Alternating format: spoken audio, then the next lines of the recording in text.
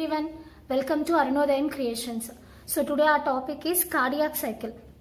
So మనం structure and function of human heart గురించి తెలుసుకున్నాం కదా.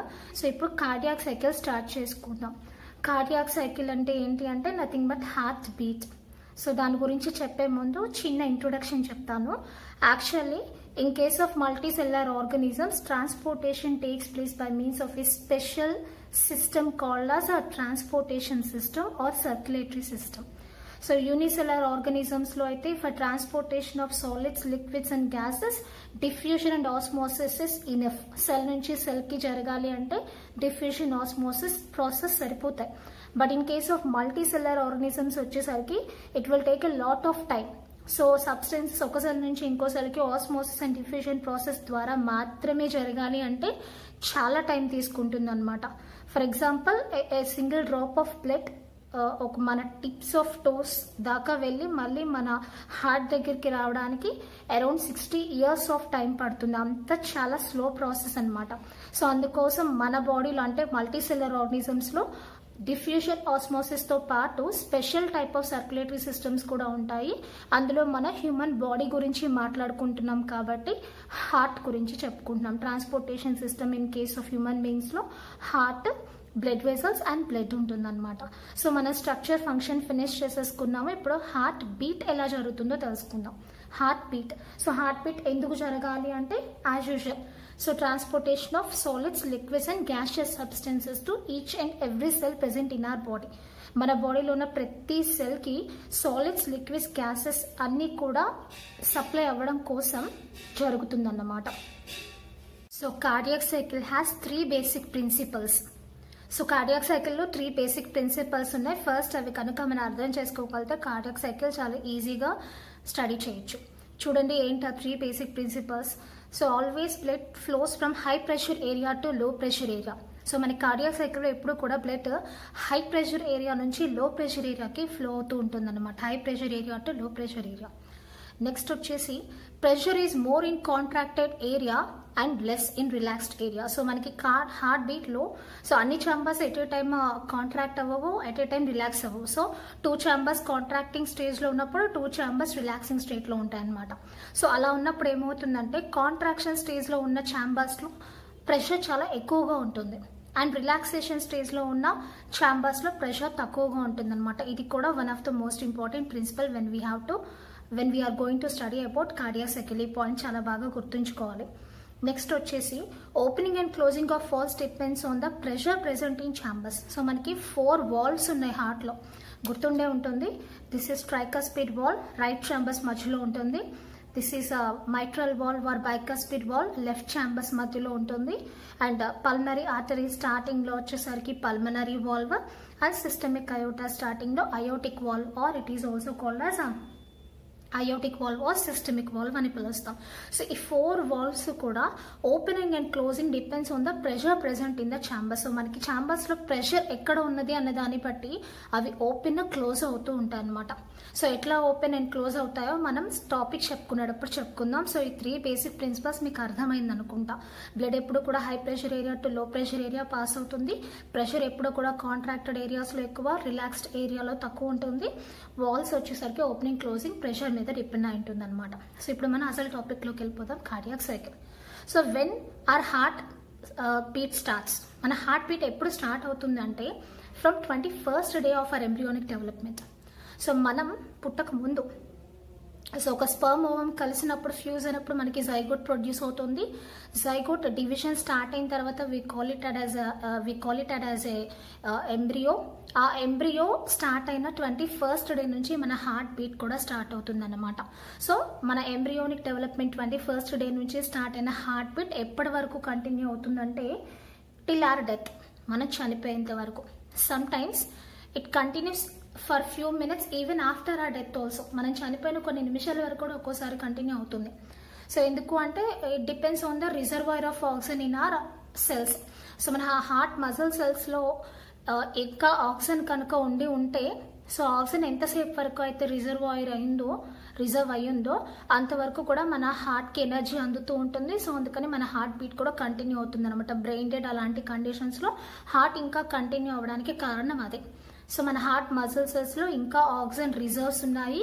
సో అవి కంటిన్యూస్గా ఫుడ్ని బ్రేక్ చేస్తూ కూడా ఎనర్జీ ఇస్తున్నాయి కాబట్టి బీట్ కంటిన్యూ అవుతూ ఉంటుంది. బట్ కార్డియాక్ అరెస్ట్ స్టేజ్లో వచ్చేసరికి ఈ ప్రిన్సిపల్ ఏమీ ఫాలో అవ్వదు.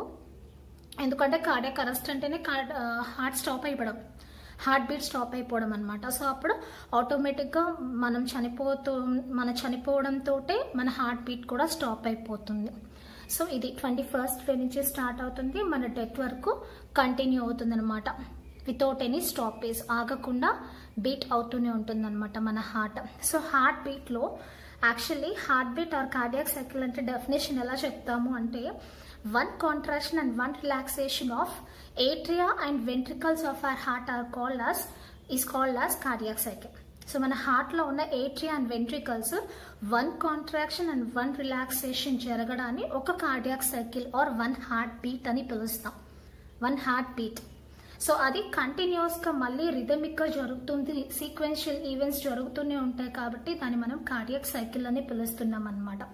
పర్ మినిట్ వచ్చేసరికి అడల్ట్ హెల్దీ హ్యూమన్ బీయింగ్స్లో నియర్లీ 70 to 75 టైమ్స్ కొట్టుకుంటుంది హార్ట్. సో మనం ఇప్పుడు ఒక్క బీట్లో ఏం జరుగుతుందో తెలుసుకుందాం. ఒక్క హార్ట్ బీట్లో అంటే one relaxation and one contraction of హార్ట్లో ఏమేం జరుగుతాయో స్టేజెస్ తెలుసుకుందాం. So cardiac cycle has 2 phases. Cardiac సైకిల్లో యాక్చువల్గా 2 phases ఉంటాయి. కాంట్రాక్షన్, రిలాక్సేషన్ అనుకున్నాం కదా. Contraction phase of heart is called as a systole and relaxation phase of heart is called as diastole. So 2 phases. Contraction అయితే హార్ట్ని దాన్ని systole అని పిలుస్తాము, relax అయితే ఆ ఫేజ్ని డయాస్టోల్ అని పిలుస్తాం. One contraction and one relaxation means one systole and one diastole. అయితే ఇప్పుడు ఈ 2 phases-ని మనం 3 stages-గా చెప్పుకోబోతున్నాం. హార్ట్ బీట్ని మనం 3 stages-లో డివైడ్ చేసుకొని చెప్పుకుంటున్నాం. ఏంటంటే first stage is atrial systole or atrial contraction. Second step or second stage is ventricular systole or ventricular contraction. Last వచ్చేసరికి atrioventricular diastole or atrioventricular relaxation. అన్ని ఛాంబర్స్ కూడా రిలాక్సేషన్లో ఉండడం అనమాట. ఫస్ట్ వచ్చేసరికి atrial systole, second ventricular systole, third వచ్చేసరికి atrioventricular diastole. ఈ 3 stagesలో చెప్పుకుంటున్నాం మనం హార్ట్ బీట్ని. అర్థమవుతుంది అనుకుంటా. మనం ఫస్ట్ కార్డియాక్ సైకిల్లో బేసిక్ ప్రిన్సిపల్స్ గురించి చెప్పుకున్నాము. అసలు ఇంట్రొడక్షన్ చెప్పుకున్నాం మల్టీసెల్లర్ ఆర్గానిజమ్స్, యూనిసెల్లర్ ఆర్గానిజమ్స్ గురించి. సో మనం ఇప్పుడు ఫేజెస్ గురించి, స్టేజెస్ గురించి చెప్పుకుంటున్నాం అన్నమాట. సో స్టార్ట్ చేస్తున్నాను. First stage in heart beat is atrial contraction. So ఏమవుతుంది, ఈ ఛాంబర్స్ అన్నీ ఇప్పుడు ఎంటీగా ఉన్నాయి అనుకుందాం. సో ఏమవ్వాలి, ఫస్ట్ ఈ 2 ఛాంబర్స్ బ్లడ్తో ఫిల్ అవ్వాలి. ఎలా ఫిల్ అవుతాయి అంటే, రైట్ ఏట్రియం వచ్చేసరికి it receives deoxygenated blood from superior and inferior vena cava. ఇది మనం ఫంక్షనింగ్ ఆఫ్ హార్ట్లో చెప్పుకున్నాం. సో రైట్ ఏట్రియంకి deoxygenated blood superior vena cava, inferior vena cava తీసుకొచ్చి ఫిల్ చేస్తాయి. అండ్ లెఫ్ట్ ఏట్రియం వచ్చేసరికి పల్మనరీ వెయిన్స్ ఫ్రమ్ లంగ్స్ నుంచి ఆక్సిజనేటెడ్ బ్లడ్ని pulmonary veins, they will carry that blood and fill it in left atriumలో fill చేస్తాయి. సో ఇప్పుడు both the atria are filled with blood. 2 atria కూడా blood తో fill అయిపోయింది అనమాట. ఏమవుతాయి అంటే ఇప్పుడు హార్ట్ atrial contraction స్టార్ట్ ఉందంటే దీస్ 2 chambers starts contraction. 2 కూడా సైజ్ చిన్నగా అవుతాయి, అంటే కాంట్రాక్ట్ అవుతాయి అనమాట. అయినప్పుడు ఏమవుతుంది, మనం ఏం చెప్పుకున్నాం, blood always flows from high pressure area to low pressure area అని చెప్పుకున్నాంగా. సో ఏమవుతుంది, రైట్ ఏట్రియంలో నుంచి హై ప్రెషర్, ఇక్కడ లో ప్రెషర్ ఉంది. సో ఏమవుతుంది, బ్లడ్ ఇక్కడ నుంచి రైట్ వెంట్రికల్కి, లెఫ్ట్ ఏట్రియంలో ప్రెషర్ ఎక్కువ ఉందిగా, ఇక్కడ తక్కువ. సో లెఫ్ట్ ఏట్రియం నుంచి లెఫ్ట్ వెంట్రికల్లోకి ఫ్లో అవ్వాలి. అలా అవ్వేటప్పుడు ఏమవుతుందంటే, when both these chambers contract, ఈ 2 chambers contract అయినప్పుడు the walls present between them, tricuspid valve and bicuspid valve ఏం చేస్తాయంటే they get open అవుతాయి. సో మనం చెప్పుకున్నాక ప్రెషర్ బట్టి వాల్స్ ఓపెనింగ్ క్లోజింగ్ డిపెండ్ అవుతూ ఉంటుందని. So when these 2 atria contracts, these 2 walls opens and squeezes the blood into lower chambers. ఈ రెండింటి మధ్యలో ఉన్న ఈ 2 వాల్స్ ఓపెన్ అయ్యి వీటిలో ఉన్న బ్లడ్ ఏమవుతుందంటే కిందకి స్క్వీజ్ అవుతుంది అనమాట, అంటే పిండినట్టు కిందకు వచ్చేస్తుంది అనమాట. So now the blood move from high pressure area, that means from atria, to low pressure areas, that means to ventricles. So ఇక్కడ వాల్స్ వచ్చేసరికి ఏట్రియాలో ప్రెషర్ ఎక్కువగా ఉన్నప్పుడు ఓపెన్ అయినాయి అనమాట. So this portion is called as atrial systole or atrial contraction అంటాం. So first stage of heart beat అన్నమాట.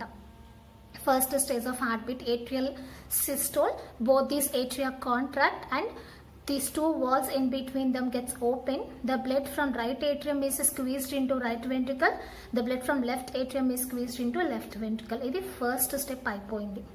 Second వచ్చేసరికి వెంట్రికులర్ సిస్టోల్. సో ఇప్పుడు ఏం చేస్తాయంటే right ventricle and left ventricle blood తో ఫిల్ అయినాయిగా, ఇవి కాంట్రాక్షన్ స్టార్ట్ చేస్తాయి అనమాట. కాంట్రాక్షన్ స్టార్ట్ చేస్తాయి. ఎలా చేస్తాయో చూడండి. వెన్ దీస్ 2 వెంట్రికల్స్ కాంట్రాక్ట్, ఈ 2 వెంట్రికల్స్ కాంట్రాక్ట్ అయినప్పుడు now the pressure is more in ventricles. Pressure ventricles లో ఎక్కువగా ఉంది.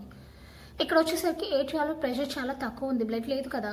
సో ఏమయ్యే ఛాన్స్ ఉందంటే blood might get back in to ఏట్రియాలోకి వెనక్కి వెళ్ళే ఛాన్స్ ఉంది. కాబట్టి ఏమవుతుందంటే దీస్ 2 వాల్స్కి క్లోజ్ అయిపోతాయి. సో ప్రెషర్ వెంట్రికల్స్లో ఎక్కువగా ఉన్నప్పుడు walls atrioventricular walls close అవుతాయి. ప్రెషర్ ఏట్రియాలో ఉన్నప్పుడు వచ్చేసరికి ఈ 2 వాల్స్ ఓపెన్ అవుతాయి అన్నమాట. So now during ventricular systole, both these ventricles contract అవుతాయి. Then the blood is pushed into these 2 blood vessels. ఈ 2 blood vessels లోకి పుష్ అవుతుంది అనమాట బ్లడ్. ఎలాగా? these 2 walls gets open. ఈ blood vessels దగ్గర ఉన్న walls ఓపెన్ అవుతాయి అన్నమాట. Walls, pulmonary valve and systemic valve opens and blood from these 2 ventricles are pushed into these 2 blood vessels. So blood ఈ 2 వెంట్రికల్స్ లోంచి ఈ 2 రెస్పెక్టివ్ బ్లడ్ వెసల్స్ లోకి push అవుతుంది అనమాట. ఎలాగా అంటే when pressure is more in these 2 ventricles, these 2 valves gets open. So pressure ఈ ventricles లో ఎక్కువగా ఉన్నప్పుడు ఈ 2 వాల్స్ ఓపెన్ అవుతాయి అనమాట.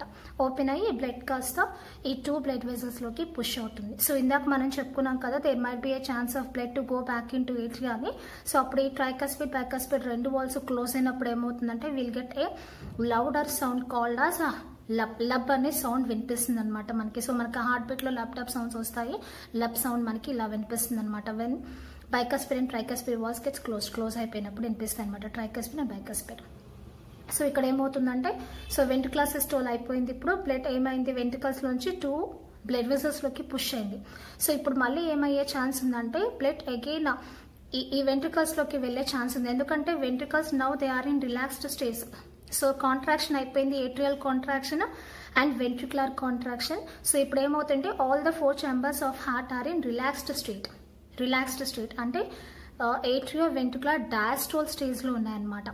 డయాస్ట్రోల్ స్టేజ్ లో, ఆ స్టేజ్ లో ఏమయ్యే ఛాన్స్ ఉందంటే బ్లడ్ మళ్ళీ ఈ బ్లడ్ వెసల్స్ నుంచి అగైన్ మళ్ళీ ఈ ఛాంబర్స్ లోకి వెళ్లే ఛాన్స్ ఉంది. కాబట్టి ఏమవుతుందంటే దీస్ 2 వాల్స్ గెట్స్ క్లోజ్ అయిపోతాయి మళ్ళీ.